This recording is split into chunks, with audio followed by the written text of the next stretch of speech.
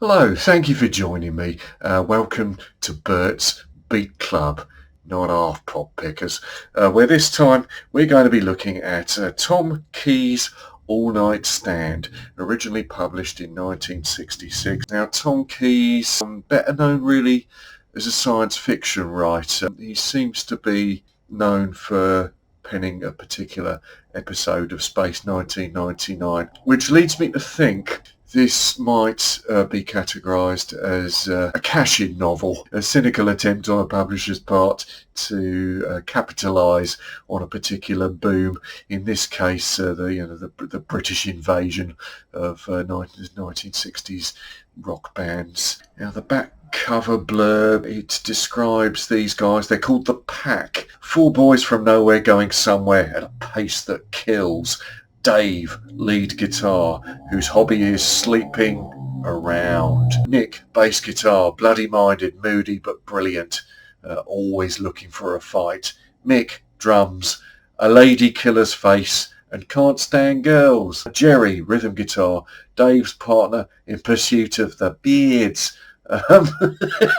And you shake down a lot of beards when you play with a successful beat group. If you haven't guessed, this lot are supposed to be Liverpudlians. I don't think it's, as far as I can make out, it's not really a direct kind of transposition of the Beatles. I think they must have just thought, well, Liverpool, an obvious sort of, and there had been a sort of Merseybeat sound. But anyway, as it goes on, Thom Keyes has written a brilliant novel of the new heroes, the beat stars, and of four lives dominated by one-night stands, an endless round of sexual conquests, and the strange, deep, and complex relationship each has with the others. Now, this book takes the form of each particular band member gets his own section, so it's in four pieces, and those, rather than run simultaneously, they run consecutively. So overall the timeline describes the band's pre-fame days when they're just kind of on the cusp of getting a bit more business-like with the gigging and management and transport and so on, and then this goes to cutting of that first disc, and then success.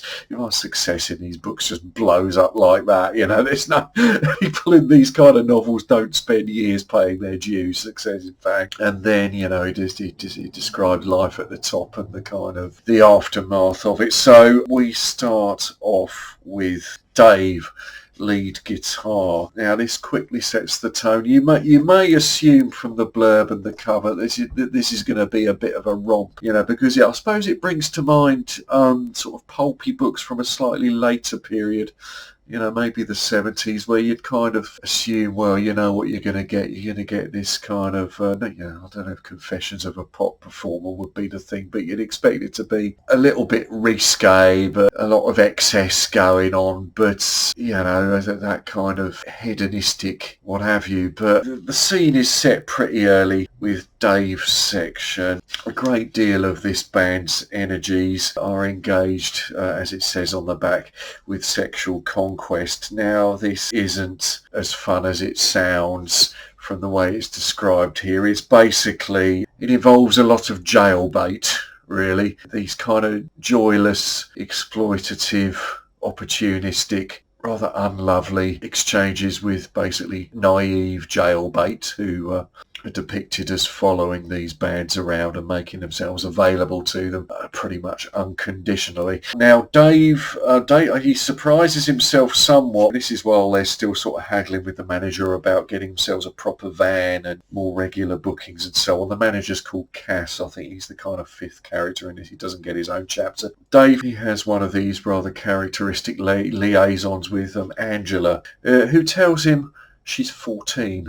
Dave surprises himself by, rather than going through his usual pattern or the band's usual pattern of the 4 Fs, I think they used to describe it as, and he actually sort of gets used to Angela being around, and he doesn't mind her being back at the flat. I mean, he's still off elsewhere, indulging in, other no string sexual conquests, but he seems sort of happy to have Angela back at the flat waiting for him. So there's this kind of oh, is this Dave settling down? It turns out Angela is actually 15. She just told him 14. Doesn't seem to have made any difference to him. Dave gets talked into going round and meeting her parents. Now this turns into a bit of a blackmail situation. You know, the parents at first seem kind of okay with the fact that Angela has this boyfriend in a disreputable beat group, but this quickly turns into the dad laying it out that Dave's going to have to marry her or he's going to call the police on him. The rest of his bandmates are all rather surprised at this. He does get a bit defensive with them. The whole relationship between them is it's a bit gruff. They're kind of friends on this rather antagonistic level. So yeah, Dave's chapter sets this tone anyway. It's kind of a bit loveless and bleak. The dialogue is, I mean, it's quite amusing in places. It has that sort of, I think Keyes, I don't know much of his history actually, but he seems to have somehow assimilated that kind of, might characterise as a Scouseish sort of. You see it on these Brookside reruns, the sort of way people banter. It's quite sort of blunt, but witty with it, I suppose. Anyway, that takes us up to Nick, bass guitar. Now, Nick likes to fling his fists around a bit. He likes a bevy. Actually, throughout this, for the most part, considering the subject area we're in, they're not that experimental with drugs till quite in they're fond of their bevy. They're straightforward Liverpool lads, this lot. So Dave's section begins, I don't like foreigners. He's pretty uncharming. But anyway, he much as he dislikes foreigners, the band are now at that phase of the proverbial trip to Hamburg, which is, of course, if you're a Liverpool beat group and you're getting anywhere, that is the next rung to success. So they're off on the ferry. Once they're over there, they seem to be doing all right at the club. The manager there is quite enthusiastic about them. I think there's a certain amount of Fräulein counterparts to the kind of girls that are showing up in Liverpool to see them, but Nick, being the moody bastard he is, he kind of, rather than hang around the club, he wanders off into the night and takes a bit of a dive into Hamburg's seamy underside, which brings him into contact with this rather pimpy sort of character who seems to have a sort of Manchester background, finds himself on the Reeperbahn. Actually, incidentally, this book features a hare lip. If anyone remembers the League of Gentlemen comedy, that sort of pun, employing the German name. It happened here first. The hare lip is the guy who runs the B&B that these guys are staying in. Oh, there's lyrics. By the way, this includes lyrics. Some samples. It describes one of their performances in detail. And there's not much about the actual music within this. It really does focus on the sort of rather bleak stuff, and it tends to ignore, firstly, the kind of the implications of the changing society that 60s British music is tied up in. It doesn't really go into a lot about that. I mean, other than the availability of beards, and it doesn't go a lot into the music particularly. I mean, you just absorb that they're playing this rather generic 60s British beat type of stuff with rather risque lyrics, as we learn here. Here's one sample. All my life I've been waiting. Tonight there'll be no masturbating. See the girl with the red kicks on, take them off and shag all night long. Oh yeah, or someone's worked hard on those. So we also learned that Nick is a bit of a prodigy on the bass guitar. At least he fancies himself that way. Nick finds himself sucked into this kind of seedy side of Hamburg. I think a couple of groupie types or suggestible young ladies are roped in, and they end up around at someone's flat where a bit of a scene takes place. This is a sort of sex party type of thing goes on. It's kind of a bit sordid, really. It doesn't really come over as some kind of technicolor psychedelic expose of the permissive society. It just seems a little bit grotty and sordid. So that's him. Then we get to the mysterious Mick on drums. Now, as the back cover says, apparently he's not interested in girls. The others keep commenting on this throughout while they're busy. They're the proverbial rats up a drain pipe, whereas Mick just doesn't seem to show any interest at all. He's a bit younger than the rest of them. Now, from his point of view, I think he's just a bit, it's not that he's not interested in girls, he's just a bit disdainful in the kind of slightly crummy behaviour that his bandmates just seem open to. Oh, this chapter starts as well with, it starts with these press clipping extract type of things, which kind of detail the pack's rise to the next stage of fame and a certain amount of controversy that goes with it, connected with their behaviour. We learn a bit more about Mick, that he is a bit aloof, but on the next stage of their rise to the top, they find themselves booked at a bit of a society event. It's some debutantes do or something. So there's a marquee at some sort of posh place out in the country where they've been hired to put on a bit of a show for the Hooray Henrys.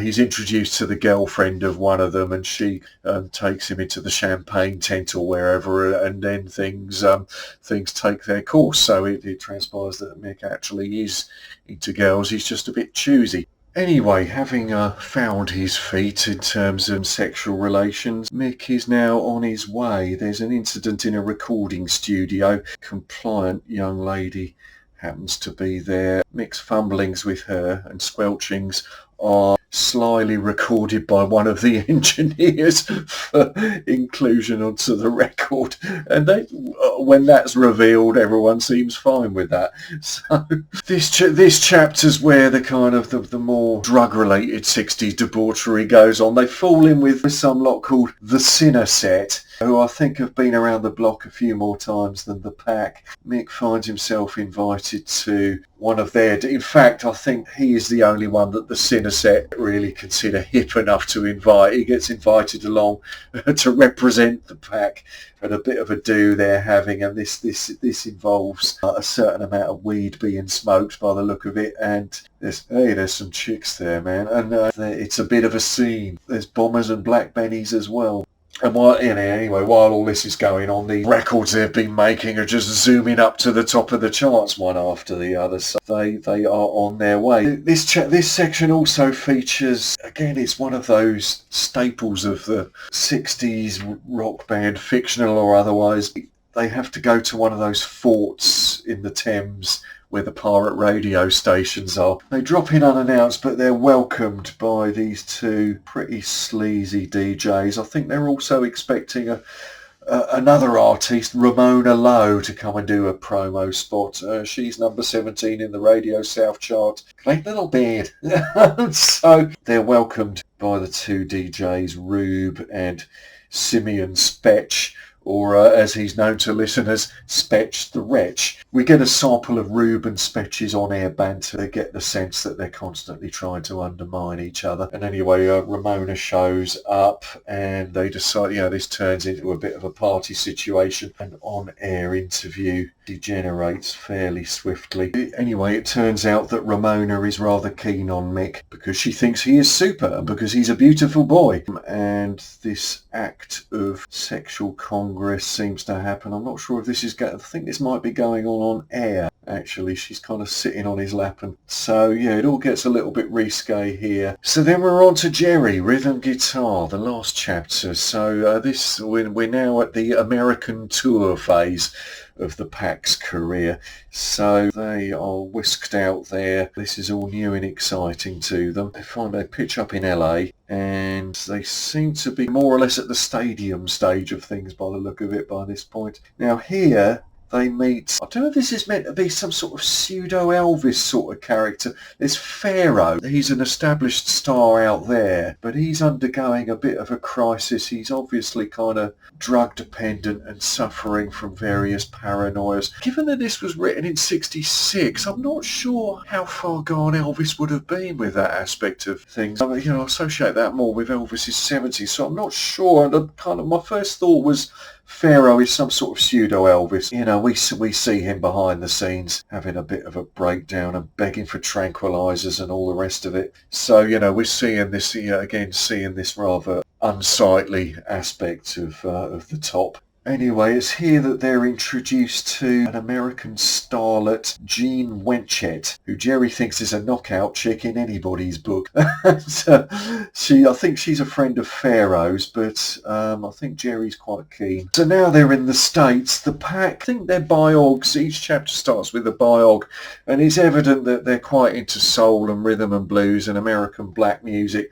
So, here they get their chance to kind of check it out firsthand. But that's not necessarily the most straightforward business, evidently, for an all-white group in the US at this point.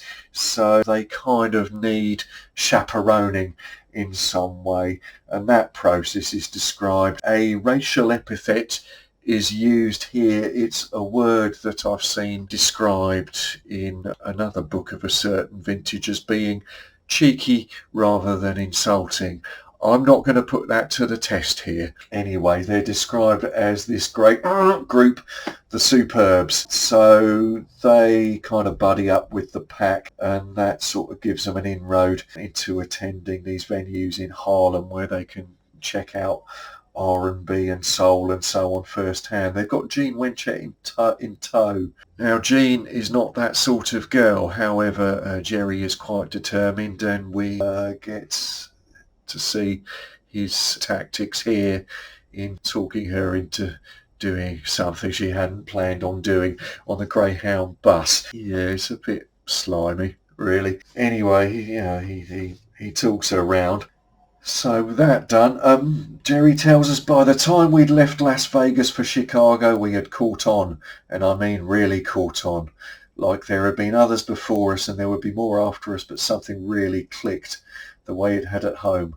We were famous in that when we first arrived, but now we were getting the full press treatment, and the sales of the LP were fantastic, and they were expected to rise even past 2 million by the end of the tour. Now, this doesn't mean the lads are happy, particularly from the look of it. Naturally, more easy female company is available to them at this stage of things, but Jerry he seems to be quite hung up on Jean by this time, so he seems not so interested. With all the temptations open to them, Jerry seems to be susceptible to gambling. Anyhow, they get their way and have their night out at the Harlem Apollo.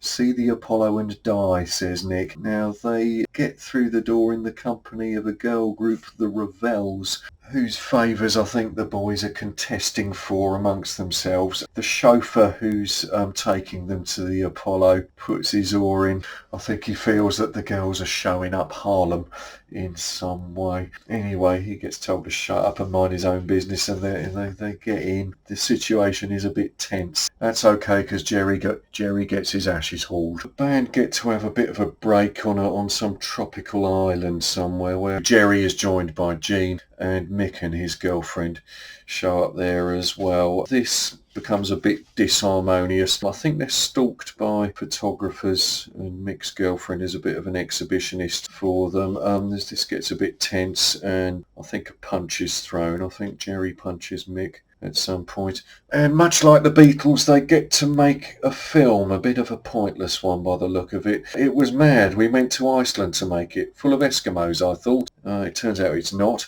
but it's a film about Vikings. Seems a bit pointless, but it's an engaging break for them. However, Jerry's kind of getting towards... I think Jerry's been burning the candle a bit too hard by this point, so things are kind of degenerating a bit for the band, and particularly for Jerry, whose mental state, as we're into the last pages here, gets a bit fragile. It looks like he's been indulging in all these things like orgies and all this kind of stuff, and it's not been doing him a lot of good, and he seems to have fallen into rather reclusive ways, which in the final pages we kind of see him actively contemplating suicide. So yeah, that's a bit of a downer. So it's not quite the knockabout fun you might suppose. It is, in certain ways a bit grimy and a bit bleak. It's not that unconvincing a read in certain ways. I mean, you tend to expect these things. Rock and roll it's quite a difficult thing to write about and get it right fictionally, and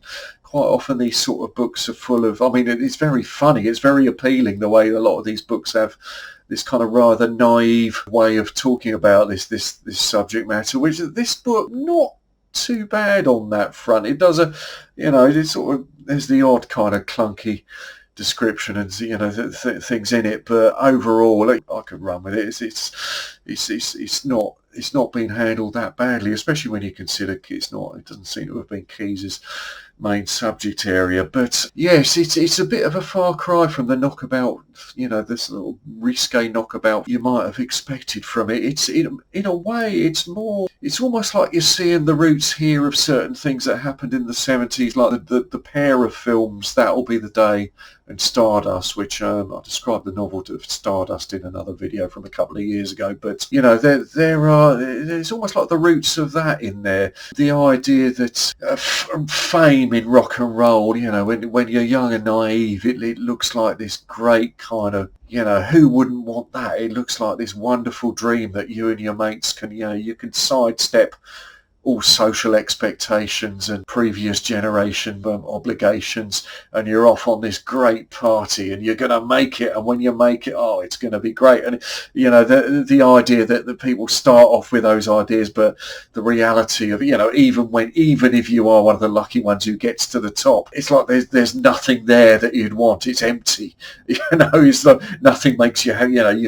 You can have all the kind of easy sex and everything that you can fill your boots with, and you're not going to be happy. So there's a strong thread of that to this. It also reminded me in a way of Slade in Flame, which again I've done one on a while ago. Again, the sort of rather sort of downbeat, grimy treatment of the subject, and quite cynical, and portraying this, the pinnacle of this business, that there's nothing there that you'd want. It's empty and quite sad. So yeah, it's an odd one. I first read this one when I was a teen, and I had this, I think my mum threw that copy out. So it's only recently and it's a little bit more valuable these days. But if you're interested in that kind of that era of British music, it's I don't know how authentic you could say it is, but it's certainly an interesting artifact from that British and beat boom.